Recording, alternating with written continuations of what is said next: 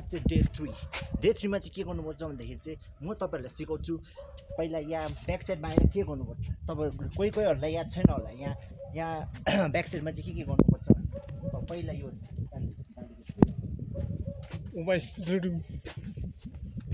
यसमा चाहिँ मान्छेहरूले मजाले पुसअप गर्न हुन्छ, जस्ट लाइक दिस।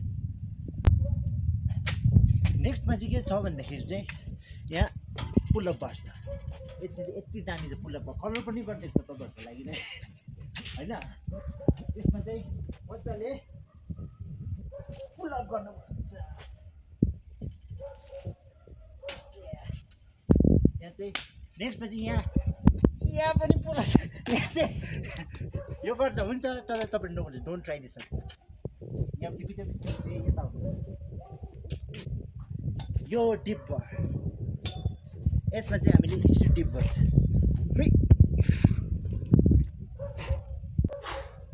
ओके लु, नेक्स्टमा के छ भन्दाखेरि यो मसिन छ।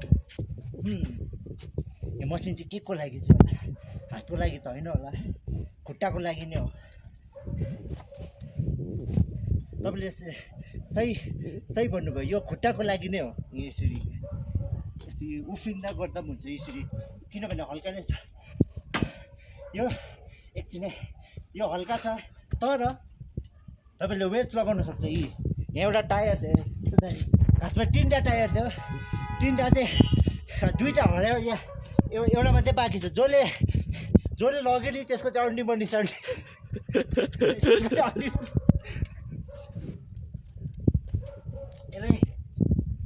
यो खासमा इजी छ कि, त्यसले गर्दाखेरि चाहिँ प्राय मान्छेहरूले यसमा वेट्स लगाउँछ।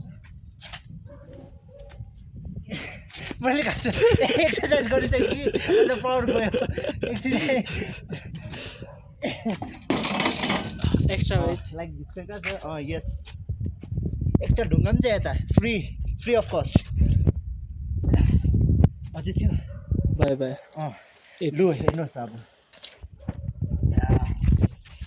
यसमा अब वेट पनि पस्यो। कतिको वेट होला अम्बो? एकछिन यो पक्का 10 किलो त होला। बेसी छ। टोपी बिचमा भन्दै गर्न। लु भयो, यो मसिनको काम तुर्यो हो।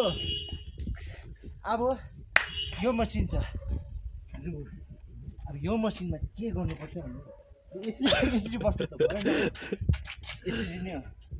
यसको लागि चाहिँ यसमा चाहिँ सोल्डर्समा उयो दिन्छ, के भन्छ, सोल्डर्समा ज्यादा फोकस हुन्छ यसमा, किनभने यसमा पुस गर्नुपर्छ। यो पनि खासमा सजिलै छ। अलिक यसलाई हार्ड बनाउनुको लागि चाहिँ के गर्नुपर्छ भन्दाखेरि चाहिँ टक्कै यहाँ पक्रिनुहोस् हो। यहाँ पक्रियो भने चाहिँ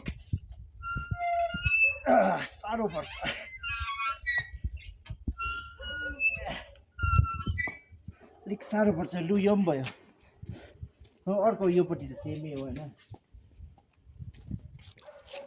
यदि तपाईँहरूलाई बाइक सिक्नु मन छ भने, त्यसको लागि चाहिँ होइन कि, बाइकको लागि बिग्रेको छ त्यो।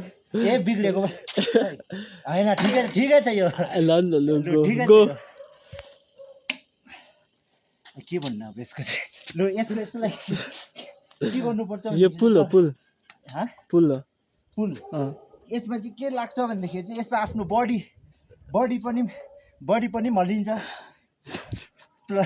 With momentum. तपाईँले इन्जोय गर्नु सक्छ। सानोको नानी आफ्नो भित्रबाट बाहिर निकाल्न सक्छ। अब यसमा चाहिँ वेट हाल्नु भएन।